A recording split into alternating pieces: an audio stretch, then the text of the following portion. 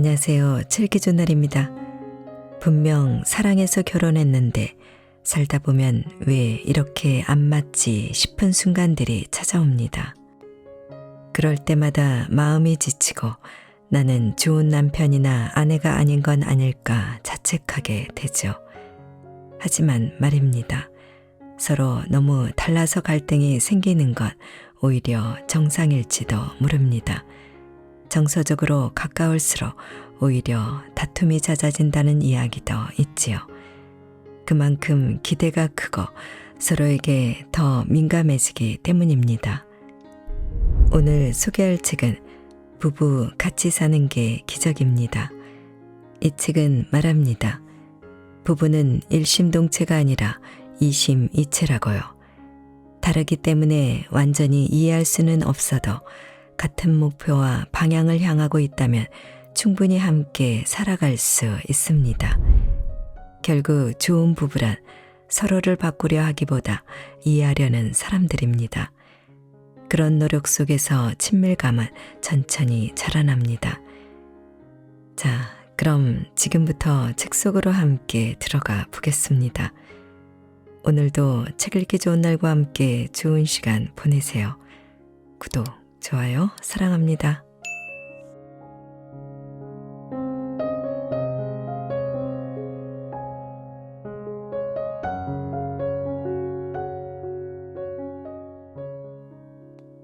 일심동체는 환상일 뿐 부부는 둘이다. 초원에서 만난 소와 사자, 서로의 모습과 지향이 달라 너무 멋있어 보였다. 둘은 사랑에 결혼까지 이르게 되었다. 소는 열심히 풀을 뜯어다가 사자에게 주었고 사자는 열심히 사냥을 해 소에게 주었다. 최선의 사랑을 했지만 사랑할수록 둘은 굶주림에 시달렸다.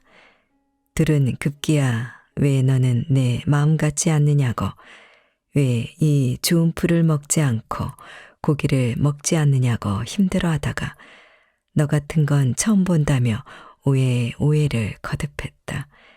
차이를 인정할 수도 수용할 수도 없어 결국 각자의 길로 가게 되었다. 얼핏 동화 같지만 웃을 수만은 없는 소와 사자의 결혼 이야기다. 소와 사자처럼 화성에서 온 남자와 금성에서 온 여자의 결혼 생활도 마찬가지다. 서로 달라서 좋아했는데 결혼하면 달라서 싸운다. 서로 좁힐 수 없는 본질적인 차이가 존재한다. 남자와 여자가 얼마나 다르면 서로 다른 별에서 온 존재라고까지 할까. 부부는 이렇게 다른 두 사람이 만나 결혼으로 맺어지는 관계다. 게다가 부부에게는 남녀 차이뿐만 아니라 내향적이거나 외향적인, 이성적이거나 감성적인 타고난 성격 차이까지 있다. 부부는 한마음이 될 수 없다. 팩트로만 보면 오히려 한마음이 안 되는 것이 자연스럽다. 결혼 생활은 우리가 이렇게 다르니 안 통하는구나 해서 출발해야 한다. 일반적으로 부부 사이는 통하는 관계가 되는 것이 정상이라고 생각한다. 그러나 통하지 않는 게 정상이고 당연하다.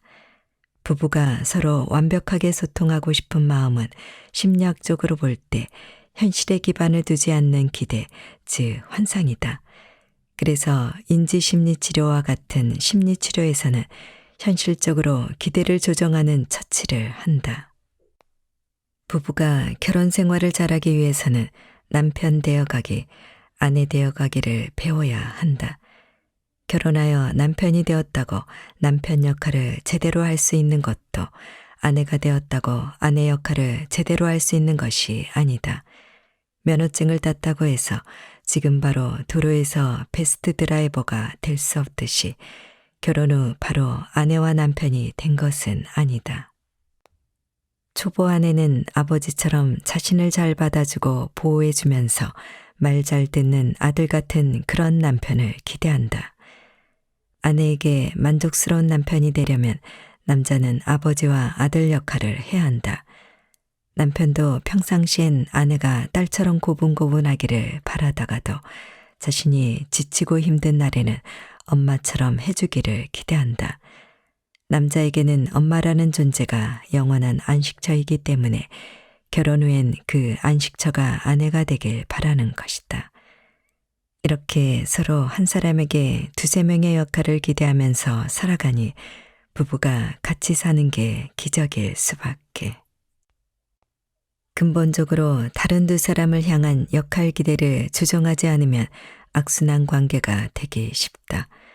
다른 것을 다르게 보지 않고 틀렸다고 하면서 내가 문제니 내가 고쳐라, 나에게 맞춰라라고 하면 저절로 악순환으로 흐른다.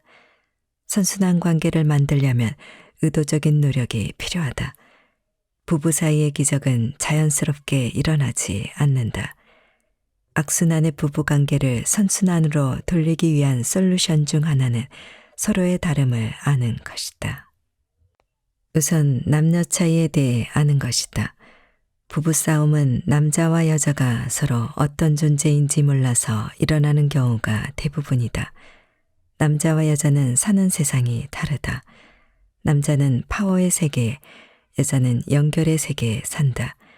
상대에게 기대하는 것, 대화 방식, 사랑에 대한 정의도 다르다.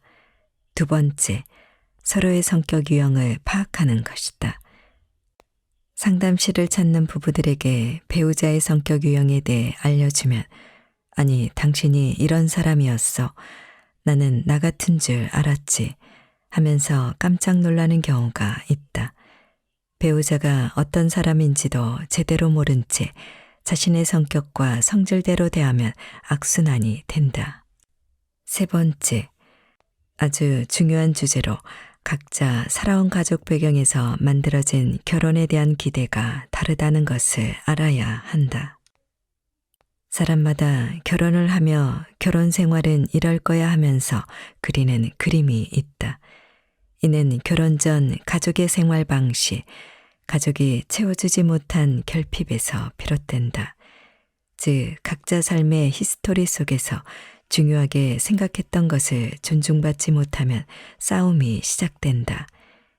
20년 전 싸웠던 이유로 지금까지 싸우는 부부가 많다. 마지막으로 서로 강자가 되려는 헤게모니 싸움을 인식해야 한다. 부부들을 보면 대체로 한쪽이 권력을 쥐고 사는데 강자의 뜻에 따라 집안 대소사가 결정된다. 강자와 약자가 존재하면 부부 사이의 친밀함은 실종된다. 세월이 지나 강자는 약자에게 복수를 당하기도 한다. 권력에 눌린 사람이 끝까지 눌리지는 않는다. 부부싸움은 지는 것이 이기는 것이다 라는 말이 그래서 나온 것이 아닐까 싶다. 강자로 살면서 배우자의 사랑까지 바란다면 불가능한 일을 원하고 있는 것이다. 이러한 서로의 다름을 고치려고만 하지 말고 이해할수록 더 좋은 남편, 더 좋은 아내가 될 수 있다. 상대를 이해하는 자기 초월을 하지 않으면 사랑의 관계는 이루어지지 않는다. 자신을 자연스럽게 두지 않고 의도적인 노력과 연습을 통해 부부관계는 친밀해진다. 부부는 일심동체가 아니라 이심이체일 수밖에 없다. 각자의 마음으로 살되 같은 삶의 목표를 가지면서 바라보는 방향이 같으면 된다. 상담실에 찾아온 부부들이 내가 이렇게 얘기를 하면 아주 편안해한다. 일심동체가 될 수 없었던 자신들이 비정상이라는 생각에서 해방된 것 같다고 한다. 앞으로도 일심동체가 될 필요는 없다고 하니 후련한 표정으로 상담실을 나간다. 30여 년 동안 부부 상담을 경험하면서 부부는 아무리 나쁜 관계에 처해 있어도 회복될 수 있는 관계임을 지켜보았다. 부부는 궁극적으로 잘 살고 싶어 한다. 기본적으로 부부에겐 서로 좋아하는 마음이 있기 때문이다. 그 마음을 표현하고 드러내면 회복된다. 남편이 된다는 것, 아내가 된다는 것. 처녀와 총각이 결혼을 하면 자동으로 아내와 남편이 되는데 이는 신분상의 변화일 뿐이다. 신분에 맞는 변화를 이루기까지는 시간이 필요하다. 면허증을 따는 것과 베스트 드라이버가 되는 게 별개이듯 남편이 되었다고 바로 남편 역할을 제대로 할 수 있는 것은 아니다. 남자가 남편이 되는 데는 오랜 시간이 걸린다. 여자가 아내가 되는 것도 마찬가지다. 결혼을 했다고 서로에게 완벽한 아내, 완벽한 남편 역할을 기대하는 것은 무리한 요구다. 남편 되어가기는 아내 알아가기다. 아내와 살다 보면 여자는 남자와 달리 복잡한 존재라는 것을 알게 된다. 원래 사람 마음은 부드럽고 말랑말랑해서 상대방이 조금만 소리를 지르거나 화를 내어도 움찔하거나 위축된다. 이는 남자나 여자나 마찬가지지만 여자는 특히 마음을 중요시하기 때문에 남편의 말과 행동에 민감하다. 아내에게는 젠틀맨이 되어줘야 한다는 것을 깨닫고 스스로를 바꿔가는 것이 남편 되어 가기다. 부드럽게 말하고 다정하게 행동을 해야만 마음이 중요한 여자와 제대로 살아갈 수 있음을 알아가는 것이다. 남편 되어 가기는 남자의 공격성이나 호전성을 통제하고 조절하는 자기 관리를 필요로 한다. 공격성과 호전성이 통제되지 않으면 남자는 여자에게 거칠거나 공격적으로 대하게 된다. 그러면 아내는 위축되거나 거칠어지게 되고 부부관계는 남자와 여자의 관계가 아닌 경쟁 관계나 동지 같은 남성적 관계를 형성한다. 사실 많은 부부가 남자와 여자로서의 관계보다는 동업자나 경쟁자와 같은 관계로 산다. 아내 되어 가기도 마찬가지다. 남편을 알아가는 일이 아내 되어 가기다. 여자는 상하를 분명히 구별하기 좋아하는 남자와 달리 좋고 싫음만 중요시한다. 좋아하면 껌뻑 죽고 좋아하지 않으면 비난한다. 남편이 좋으면 간이라도 빼줄 듯 잘하다가도 마음에 안 들면 비난을 하거나 잔소리를 한다. 물론 그 비난과 잔소리는 더 잘 살아보겠다는 의도에서 비롯된다. 그러나 애석하게도 결과는 여자의 의도와는 완전히 반대로 나타난다. 남자는 잔소리를 하면 더 말을 듣지 않기 때문이다. 남자가 잔소리하는 여자를 얼마나 싫어하면 성경에 다투는 여자와 큰 집에서 사는 것보다 움막에서 혼자 사는 것이 낫다라는 말이 있을까? 남자들은 잔소리하는 여자와 한 집에 사는 것보다 지붕 모퉁이에서 한 대 짬을 자는 게 낫다고 생각한다. 여자는 남자의 이런 성향을 빨리 깨닫고 남자를 존중하고 나아가 존경해줘야 한다. 의도는 좋았더라도 비난하는 것은 상대방보다 우위에 서려고 하는 행동임을 깨달아야 한다. 남자는 격이 다른 것을 좋아한다. 최고 쓱 올라가는 것을 좋아하지 않는 남자는 없다. 남자는 죽을 때까지 이 마음을 놓을 수가 없다. 남자는 아내를 포함하여 다른 사람보다 더 나은 사람이 되고 싶어 한다. 또한 아내와 적정한 거리를 유지하면서 존경받기를 원한다. 남편과 딱 붙어서 모든 것을 나누고 하나 되기를 추구하는 여자의 바람은 실현 불가능한 것이다. 여자는 내가 아무리 노력해도 남편과 한마음이 될 수는 없구나라는 사실을 인정해야 한다. 그러지 않으면 남편이 자기 마음 같지 않을 때마다 마음이 상해서 자꾸 남편을 비난하고 바꾸려 한다. 비난하는 아내를 좋아할 남자는 없다. 악순환의 부부관계가 시작되는 것이다. 사실 부부는 한마음이 될 수가 없다. 남자와 여자로서 차이가 있고 성격 차이도 있고 자라온 환경도 다르다. 팩트로만 보면 한마음이 안 되는 것이 자연스럽다. 서로 다른 사람들이 만나서 무엇이 다른지 알고 이해하는 과정이 남편 되어가기, 아내 되어가다. 서로의 차이를 더 잘 이해할수록 더 좋은 남편, 더 좋은 아내가 되어간다. 결혼한 여자가 남편에게 기대하는 것. 여자에게 최초의 남자는 아버지다. 그래서 여자가 남자의 행동을 평가하는 기준은 아버지의 행동일 때가 많다.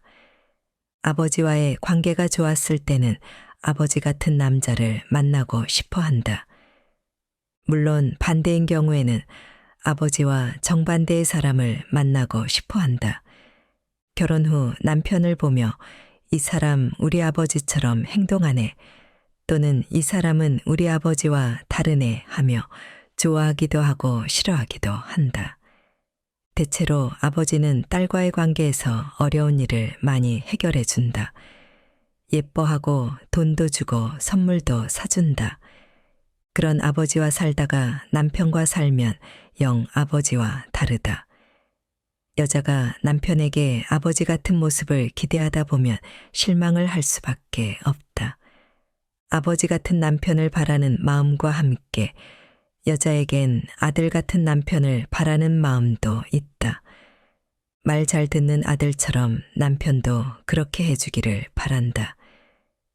장보기, 분리수거 등을 시키는 대로 다 해주기를 바란다. 아들은 엄마에게 받은 것이 많으니 엄마가 시키면 시키는 대로 한다. 하지만 남편은 아들처럼 받은 것이 없으니 아내에게 불만이 생긴다. 부부 사이가 좋을 때는 시키는 대로 해주지만 그렇지 않을 때는 내가 이 집 머슴이냐, 내가 돈 버는 기계냐 라며 말을 잘 안 듣는다. 아내가 자신을 종부리듯 한다고 여긴다. 그러나 아내는 남편이 아들처럼 시키는 것을 잘 들어주면 자신을 사랑한다고 생각한다. 이렇듯 여자는 남편에게 존중하는 아버지와 말 잘 듣는 아들이라는 두 가지 이미지를 원한다. 그래서 여자에게 이상적인 남편상은 힘있고 조곤조곤한 남편이다. 여기에 모순이 있다. 조곤조곤한 사람은 잘 삐친다. 여자 입장에서는 조곤조곤한 남자는 좋지만 삐치는 남자는 싫다. 좀생이 같다고 생각한다. 여자는 남편에게 아버지와 같이 힘이 있는, 권위 있는 모습을 기대한다. 그래서 삐친 남편에게 꽁에 있느니 차라리 소리를 질러라고 한다. 삐치는 것보다는 그나마 권위를 지켰던 아버지의 모습이 낫다고 생각한다. 그래서 결국은 조곤조곤하고 예민한 남자를 소리 지르는 남자로 만들어 산다. 이 과정은 본인도 의식하지 못한다. 무의식에서 진행되는 과정이기 때문이다. 여자에게 만족스러운 남편이 되려면 이렇듯 아버지 역할과 아들 역할이 둘 다 필요하다. 그래서 남자들은 역할 전환을 잘해야 한다. 잘 받아주고 조곤조곤 대해주면서도 시키면 시키는 대로 말 잘 듣는 그런 남자가 되어야 한다. 남편은 아버지와 아들, 두 남자가 되어야 한다. 결혼한 남자가 아내에게 기대하는 것. 여자가 남편에게 아버지와 아들의 두 역할을 요구하듯 남자도 엄마 같은 아내와 딸 같은 아내를 기대한다. 보통 딸은 아버지의 말을 잘 듣고 애교도 잘 부리고 행동도 귀엽게 한다. 남자는 아내가 딸처럼 그렇게 해주길 바란다. 말을 잘 듣는 딸은 아버지에게 도전하지 않는다. 아버지와 딸은 세대 차이가 있는 데다가 부모 자식이라는 격이 다른 관계이기 때문이다. 남자는 아내도 딸처럼 자신에게 도전하지 않기를 바란다. 그래야 자기가 마음 편히 살 수 있기 때문이다. 이런 남자의 마음은 파워지향적 속성에서 기인한다. 남자는 파워지향적이기 때문에 상하가 분명한 관계라야 마음이 편안하다.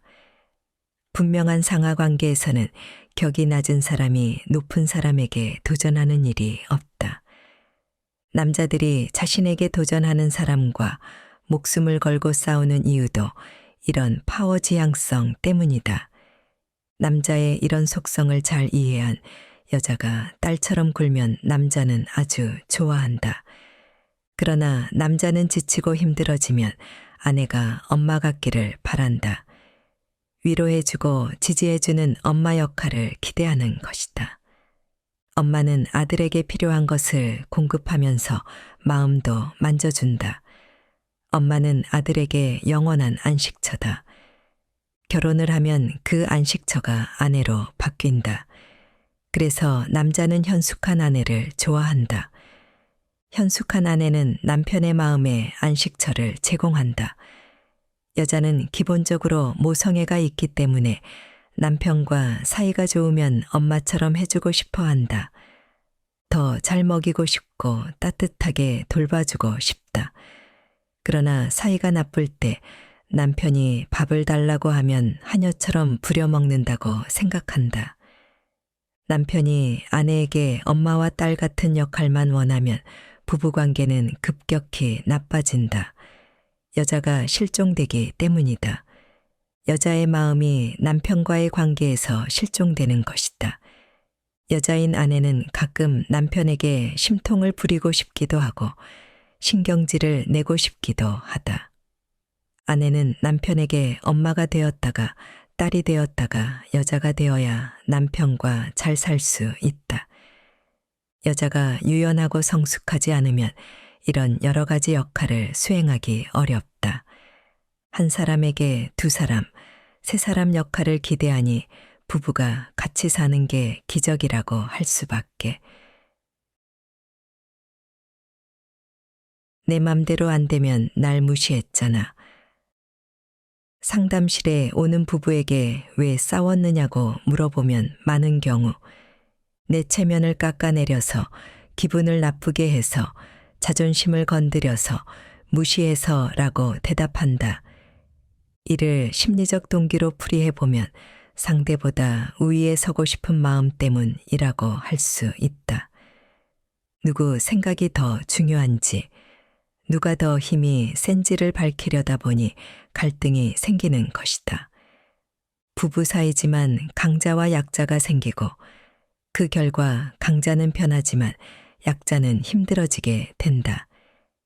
대체로 부부 중 한쪽이 권력을 갖는다. 물질 중심의 현대 사회에서는 원가족의 돈과 권력이 많을수록 현재 돈을 더 많이 버는 사람일수록 더 능력 있는 사람일수록 더 희생했다고 주장하는 사람일수록 강자일 확률이 높다. 강자와 약자가 생기면 부부관계는 악순환이 된다. 강자는 편하지만 약자는 억울하다. 서로 비슷한 상태에 있으면 주도권 쟁탈전은 끝나지 않는다.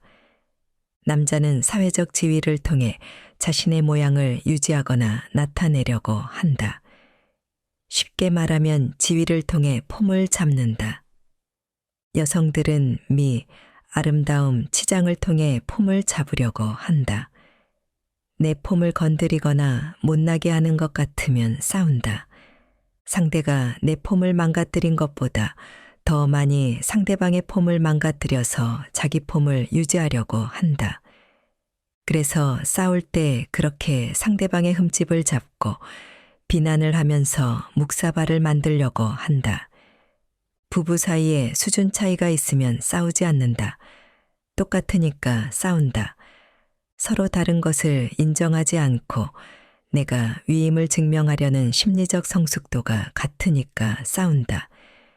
열등감이 없으면 우월감을 느끼려고 하지도 않는다. 돈이나 학벌, 미모로 다른 사람에게 우월감을 느끼는 사람은 자신보다 더 나은 사람을 보면 열등감을 느낀다. 이 과정을 끝없이 반복하게 된다. 부부 사이에 강자와 약자가 정해지면 겉으로는 평화가 유지되는 것처럼 보인다. 그러나 약자가 언제까지 약자로만 남아있는 것은 아니다. 언젠가 어떤 식으로든 복수를 한다. 그래서 부부 싸움은 이겨도 이긴 게 아니고 저도 진 것이 아니다. 복수하는 방법도 가지가지다. 직접적으로 하기도 하고 간접적으로 은근히 하거나 다른 사람을 동원하기도 한다. 은근히 간접적으로 이루어지는 복수를 수동 공격적 복수라고 한다. 이러한 복수는 힘 있는 자가 강조하고 중요하게 여기는 것을 흠집내는 방식으로 이루어진다. 돈을 아끼라고 하는 배우자에게는 신용카드를 확 긁어서 복수를 한다.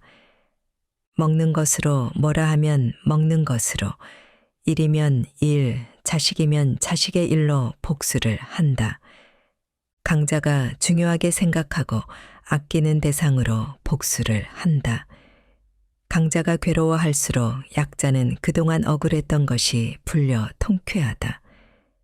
결혼 전 반대성의 부모에게 상처를 받았다면 복수의 강도는 훨씬 더 세워진다.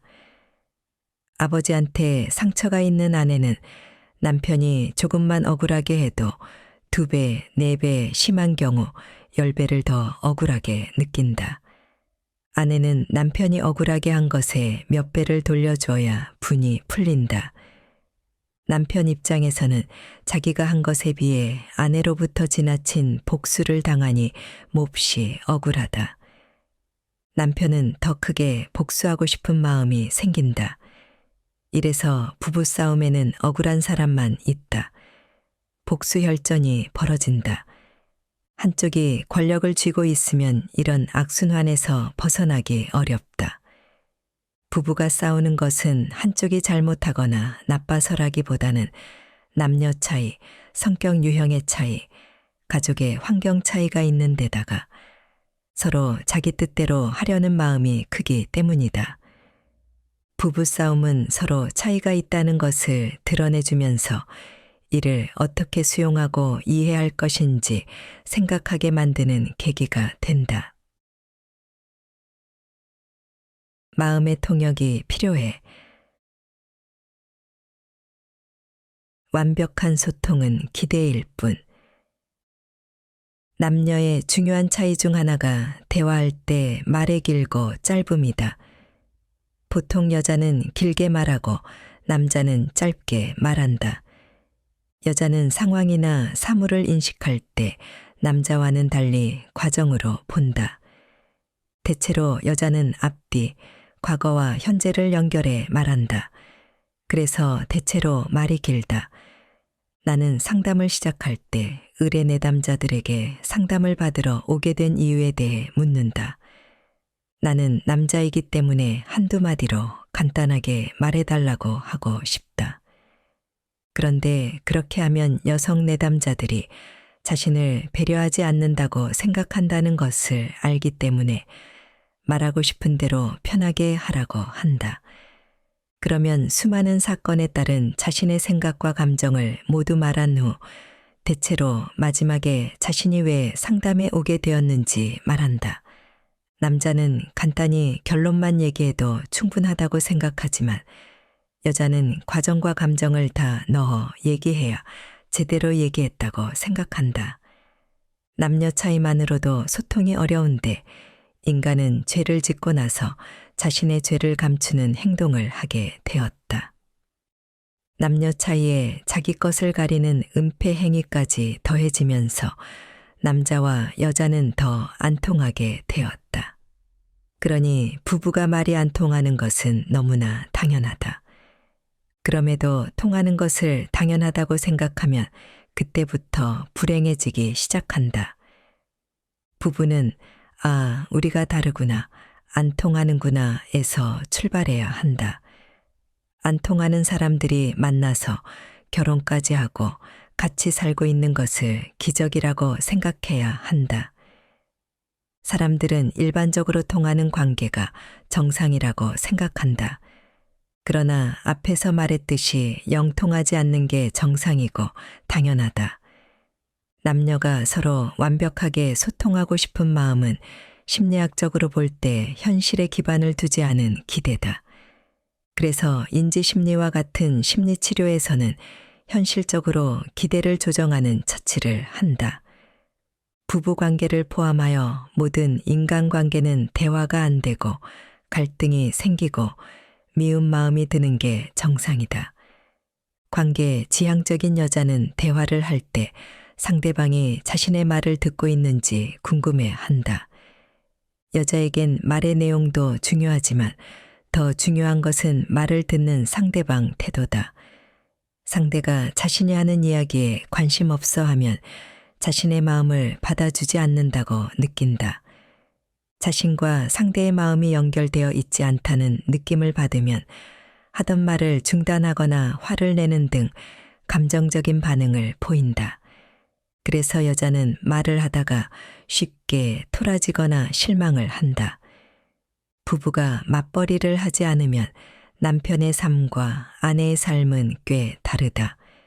이러한 삶의 방식 차이는 대화법에도 영향을 미친다. 남자는 회사를 다니면서 요점 정리 훈련을 받는다. 업무상 프레젠테이션 준비를 위해 내용을 요약하고 키워드로 말하게 된다. 그에 비해 여자는 요점을 흐리는 훈련을 하며 살아왔다. 여자는 한 얘기를 또 하고 또 하면서 몇 시간씩 얘기한다. 포인트만 얘기하는 사람하고는 만나기 싫어한다. 포인트를 늘리는 여자와 요점 정리를 하며 살아온 남자가 서로 얘기를 하면 남자는 여자가 쓸데없는 말을 많이 한다고 생각한다. 남편이 요점이 뭐야 그래서 결론이 뭔데 라는 식으로 말을 하면 아내는 남편이 자신을 좋아하지 않는다고 생각한다. 남편의 말이 귀찮아 그만 이야기해 또 시작이군으로 들리기 때문이다. 그래서 실망스럽고 화가 난다. 대화는 남자와 여자의 자기 초월이 필요한 영역이다. 남자가 여자와 잘 지내기 위해서는 여자가 하는 말을 주의 깊게 들어줘야 한다. 태도가 중요하다. 고개를 끄덕이거나 응, 그래, 맞아, 그런 것 같아, 저런 어쩌지 등과 같은 간단한 언어적 반응만 보여도 즐거워한다. 상대방이 자신의 말에 공감하고 있다고 느끼기 때문이다. 반면 남자가 여자의 말에 공감하기보다 문제를 해결하려고만 하면 갈등이 생긴다. 예를 들어 아내가 남편에게 여보, 둘째가 너무 공부를 안 하고 친구들하고 놀려고만 해 라고 했다고 하자. 대부분의 남편은 아이를 불러다 놓고 심하게 나무란다. 그러면 아내는 괜히 말을 꺼냈다고 후회하기 쉽다. 불안한 마음을 달래고 싶어 이야기를 꺼낸 것인데 남편의 반응으로 더 불안해진다.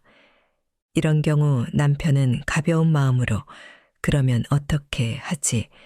라고 물으면서 상의를 해야 한다. 그러면 아내의 입장에서는 편안해진다. 설령 문제가 해결되지 않더라도 남편과 함께 집안의 중요한 문제에 대해 이야기를 나누고 상의하는 과정 자체가 마음을 안심시키기 때문이다. 남편이 문제를 해결하려고만 하지 말고 아내의 말을 주의 깊게 들으며 상의하려는 마음을 가지면 부부는 잘 지낼 수 있다. 남자에게 얘기할 때는 사실부터. 남자는 사회 속에서 살고 여자는 마음 속에서 산다. 객관적인 사실 확인이 중요한 사회에 사는 남자는 자연스럽게 사실부터 받아들인다. 여자는 마음이 먼저다. 그래서 남편은 사실부터 확인하고 아내는 자신의 마음부터 표현한다. 남자와 여자는 이렇게 차이가 있어 각자의 정체성에 맞게 살 때 사이가 좋아진다. 그러려면 서로가 자신을 뛰어넘어 상대방의 정체성에 맞춰줄 수 있어야 한다. 사랑하는 사이에서는 자기 자신을 넘어 서로에게로 가고 싶어 한다. 나를 넘지 않고는 닿을 수가 없다. 나를 넘어서면 상대의 마음을 느낄 수 있다. 자기 초월을 하지 않으면 사랑의 관계는 이루어지지 않는다. 성별 차이, 자신의 성격과 이해를 초월해야 친밀한 사랑 관계가 형성된다. 사랑하는 관계뿐만 아니라 타인과 관계를 맺을 때는 어느 정도 자기 초월이 필요하다. 당신은 왜 돈을 이것밖에 못 벌어와? 내가 얼마를 벌어오는 게 중요한 게 아니야. 당신도 한번 생각해봐. 지금 몇 년째 세계 경제가 안 좋잖아. 이젠 좀 회복되어야 할 텐데 말이야. 이런 대답이 남자의 사고방식이다. 여자는 주로 주관적이고 개인적인 얘기를 하지만 남자는 객관적이고 사회적인 얘기를 한다. 질문을 한 아내는 전혀 다른 대답을 기대했을 수 있다. 당신이 돈을 적게 벌어와서 살기가 힘들다는 의미의 질문이었다면 미안하다. 내가 더 많이 벌어오도록 노력하겠다라는 대답을 기대했을 것이다. 그런데 세계 경제 상황을 운운하니 아내 입장에서는 어이없다. 단박에 우리 집 경제나 신경 쓸 것이지. 당신이 왜 세계 경제까지 신경 써? 누가 써달라고 해? 라는 비난이 되돌아올 것이다. 물론 이 대답에는 돈을 잘 못 버는 남자로서의 자기 합리화도 있을 수 있다. 그러나 대체적으로 남자의 사고가 스케일이 크다. 존재론적으로 리더십을 발휘해 가족 전체를 돌보도록 만들어졌기 때문이다. 남자가 아내와 소통을 잘하려면 사회와 세계를 생각하지 말고 작게 생각해야 한다. 아내가 이야기하는 것에 초점을 맞추어야 한다. 이것이 자기 초월이다. 작은 세계에서 큰 세계를 보는 것도 자기 초월이지만 큰 세계 속에서 작은 세계를 보는 것도 자기 초월이다. 또한 남자는 아내가 얘기를 하면 이해가 안 되어도 고개를 끄덕여줘야 한다. 강의를 하다 보면 여자들은 강사인 나와 눈도 마주치고 고개도 끄덕이면서 반응을 보인다. 그런데 남자들은 대부분 눈을 마주보며 그렇죠 라고 물어봐도 멀뚱멀뚱 쳐다보기만 한다. 남자는 객관적으로 이해가 되어야만 고개를 끄덕일 수 있기 때문이다. 여자에게는 반응이 중요한데 남자는 이런 사실을 알지 못한다. 자신의 이해에 함몰된 남자는 여자의 말이 이해가 될 때까지 반응을 제대로 하지 못한다. 남자가 객관성을 넘어 반응성 쪽으로 가야 여자와 대화가 된다. 남자에겐 이해가 되지 않아도 눈을 마주치고 고개를 끄덕이는 반응을 보이는 행위가 자기 초월이다. 한편 여자는 감정을 넘어서 사실 쪽으로 가야 한다. 남자는 팩트가 들어오지 않으면 감정도 들어오지 않는다. 팩트가 먼저 들어와야 감정도 들어온다. 남자는 여자가 이런저런 일이 있었다고 얘기를 하면 그 말이 사실인지 아닌지부터 묻는다. 사실을 먼저 얘기한 후 마음을 얘기하면 남자도 받아들이기가 수월하다. 이러니 남녀가 잘 지내려면 정말 눈물겨운 노력을 해야 한다. 누가 주도권을 줄 것인가? 어딜 가든 두 사람 이상이 모이면 누가 결정권을 가질 것인가? 라는 권력 이슈가 생긴다. 사람에겐 누구나 내 마음대로 하고 싶은 욕구와 내 방식대로 일이 진행되기를 바라는 마음이 있다. 상대보다 우위에 있고 싶은 마음도 있다. 일상을 함께하는 부부 관계는 정치적으로 보면 권력 관계다. 대체로 부부 중 한쪽이 권력을 쥐고 산다. 남편이 힘이 세면 남편 중심으로, 아내가 힘이 세면 아내 중심으로 간다.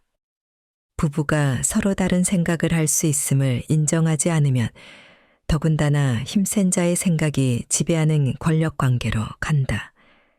우리는 어렸을 때부터 역사적으로, 문화적으로 우리는 하나라고 배워왔다.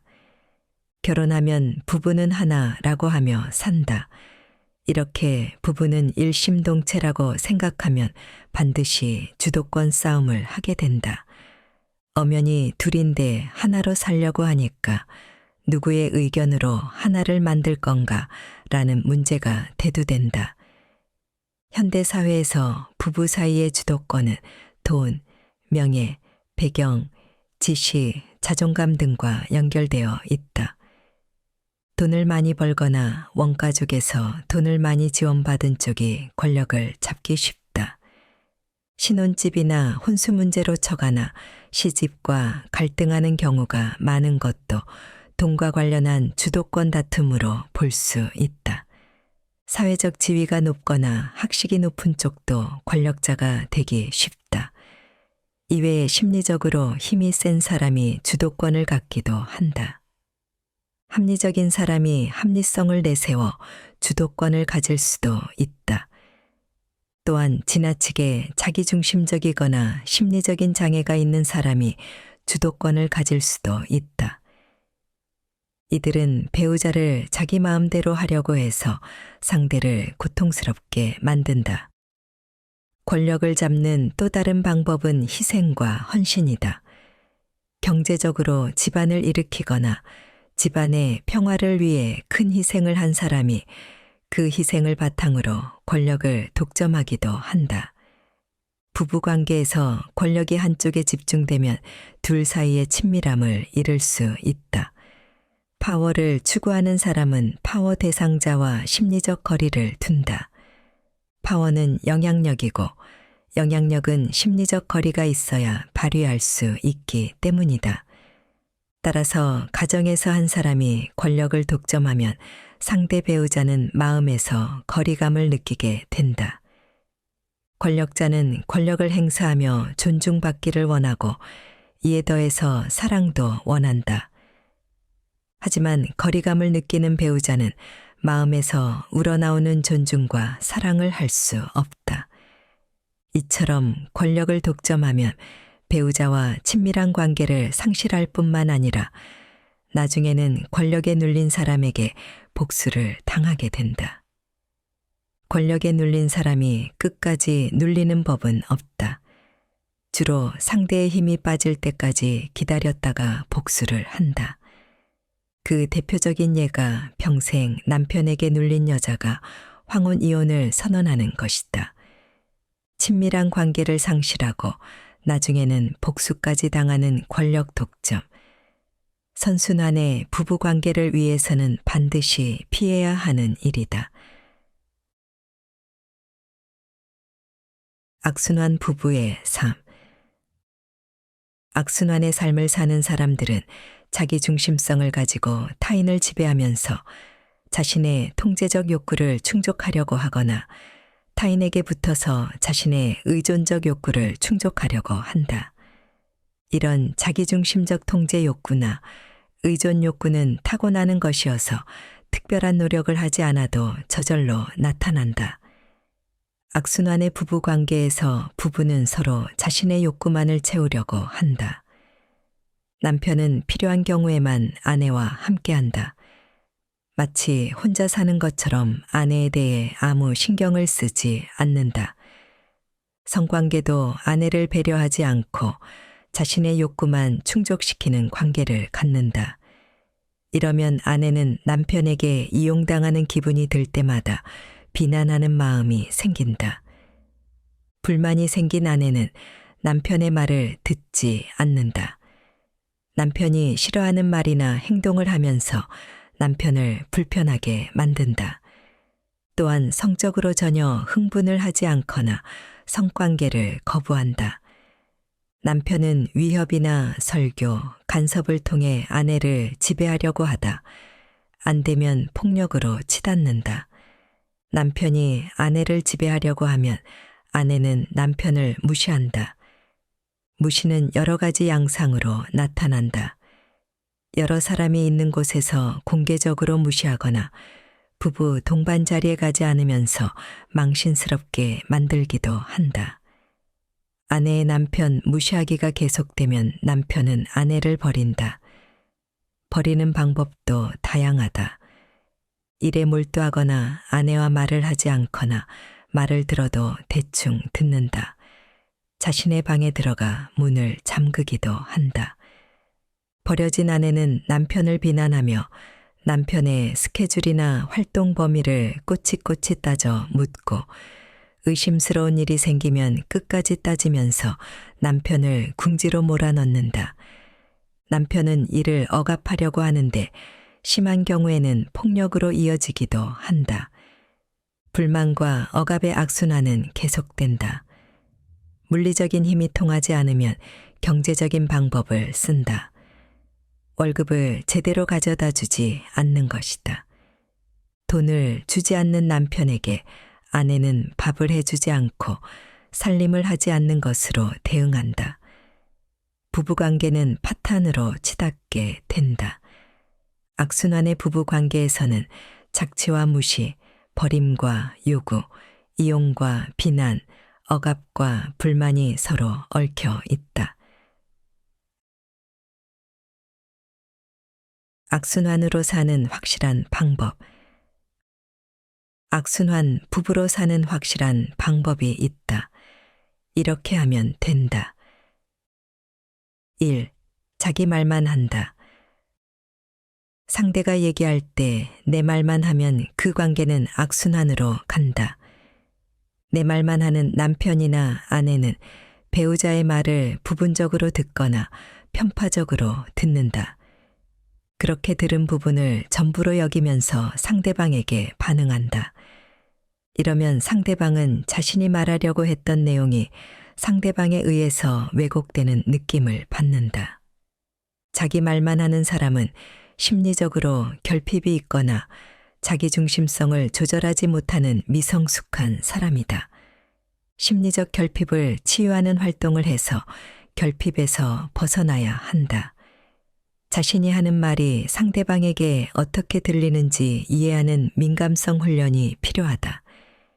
배우자의 메시지가 무엇인지, 그 마음은 어떤지를 살피고 그에 대해 반응을 하지 않으면 듣긴 들어도 제대로 들은 것이 아니다. 2. 자기식으로 말한다. 자기식으로 대화를 하면 반드시 악순환이 된다.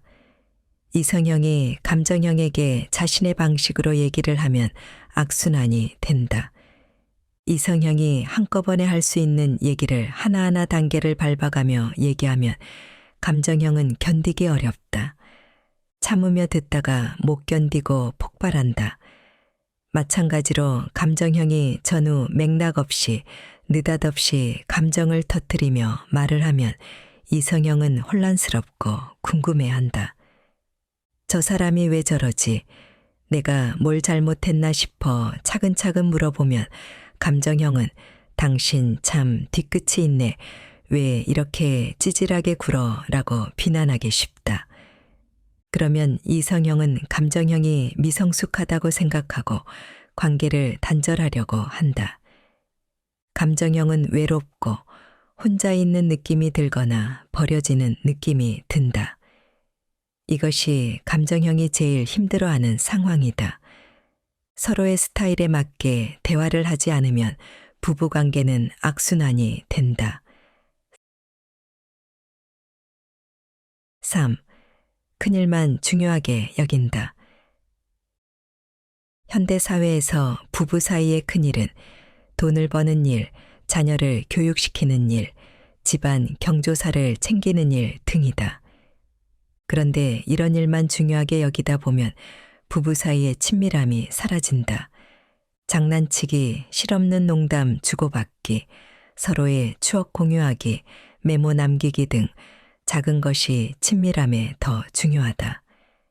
이런 작은 일들을 함께하는 것을 중요하게 여기지 않으면 가정은 업무를 수행하는 조직이 되고 만다. 친밀감이나 서로를 존중하고 배려하는 마음이 아닌 이해관계에 따라서 가족관계 또는 부부관계가 형성된다. 4. 각각 하나로 뭉뚱그린다. 부부 사이에서 배우자 개인, 배우자 원가족의 일을 분리해서 볼 수 있어야 한다. 시댁이 싫다고 남편을 나쁜 사람으로 만드는 것은 다른 카테고리의 일을 한꺼번에 섞는 것이다. 남녀 차이를 인정하지 않은 채 무조건 네가 나쁘다라고 비난하는 것도 각각 다른 것을 하나로 뭉뚱그리는 것이다. 우리가 이 책에서 남녀 차이, 성격, 유형 차이, 살아온 가족 환경의 차이를 살펴본 이유는 이런 분화를 돕기 위함이었다. 너와 내가 문제가 있어서가 아니라 서로 다른 존재로 태어나 다른 집안에서 살면서 생기는 차이 때문에 서로 싸워왔다는 것을 인식함으로써 원인도 모르고 해결도 되지 않는 싸움에서 벗어나자는 것이었다. 5. 뭐든 당연하게 여긴다. 잘못한 것을 잘못했다. 미안하다 얘기하지 않고 쏙 넘어가면 딱 꼬집어 말할 수는 없지만 마음이 개운하지 않다. 이런 일이 여러 번 생기면 앙금이 생긴다. 이 앙금은 수시로 튀어나와 작은 일을 큰일로 만든다. 고마운 것, 알아주어야 할 것을 당연히 여기고 고맙다고 표현하지 않는 것도 마찬가지다. 내가 수고하고 헌신한 것을 상대가 인정하지 않으면 하녀나 머슴 같은 기분이 들 수 있다. 그러면서 자존감이 떨어지고 상대방을 향한 원망의 마음이 생긴다. 6. 늘 내가 옳다고 주장한다. 실수를 인정하지 않으면 상대는 거리감을 느끼며 불신감을 갖게 된다. 무슨 일을 하든 내가 하는 일은 옳다. 너보다는 옳다라는 자세를 가지고 있으면 저절로 상대방과 악순환으로 간다. 내가 옳다고 주장을 하면 상대방은 틀렸다는 이야기가 된다. 특히 부부가 갈등이 생겼을 때 내 말이 맞잖아 라고 주장하기 시작하면 서로 누구 말이 맞는지 생각해 봐야 한다. 많은 부부가 내 말이 맞는지 내 말이 맞는지 길 가는 사람들한테 물어보자 라고 하면서 서로 옳다고 주장한다. 주장은 필연적으로 다툼을 만들어낸다. 이는 도덕적 우위에 서기 위한 전쟁이다. 주장은 사랑 안에서 해야 한다. 아무리 옳은 이야기라 하더라도 때로는 옳음이 상대방을 죽이는 칼이 될 수 있음을 이해해야 한다. 옳지만 상대방이 힘들어하거나 어려워하면 잠시 주장을 보류할 수 있는 배려심이 먼저 필요하다. 나중에 관계가 좋아져서 서로 마음을 나눌 수 있는 상황이 되면 그때 말을 꺼내도 된다. 사실 그때 나는 이랬다 라고 하면 상대방은 감동을 하게 된다. 7. 잘못된 일은 배우자 탓을 한다. 부부 동반 모임에 차가 막혀서 늦었을 때 친척의 경조사를 제대로 챙기지 못해 어떤 말을 들었을 때 당신 때문에 늦었잖아. 그런 것도 안 챙기고 뭐 했어? 라며 배우자를 탓하면 악순환으로 간다. 아이가 아프거나 학업 성적이 좋지 않을 때도 서로 당신 탓이라고 하면 악순환으로 간다. 잘 되면 제 탓, 못 되면 조상 탓이라는 속담이 있다. 공은 내게 돌리고 잘못은 상대방에게 돌린다는 의미다. 이런 사람은 자신과 상대방을 선과 악으로 구별하는 이분법적 정신세계를 가졌다. 이분법으로 세상을 보는 방식은 주로 아주 어린 아이들에게서 발견된다. 성숙해지면 자신 속에 좋은 마음과 나쁜 마음이 공존하고 있다는 것을 알게 된다. 상대방 마음에도 좋고 나쁨이 동시에 존재함을 이해한다. 어떤 상황에서는 좋은 마음이 나오고 다른 상황에서는 나쁜 마음이 나오기도 하는 것이 인간임을 이해하는 사람이 성숙한 사람이다.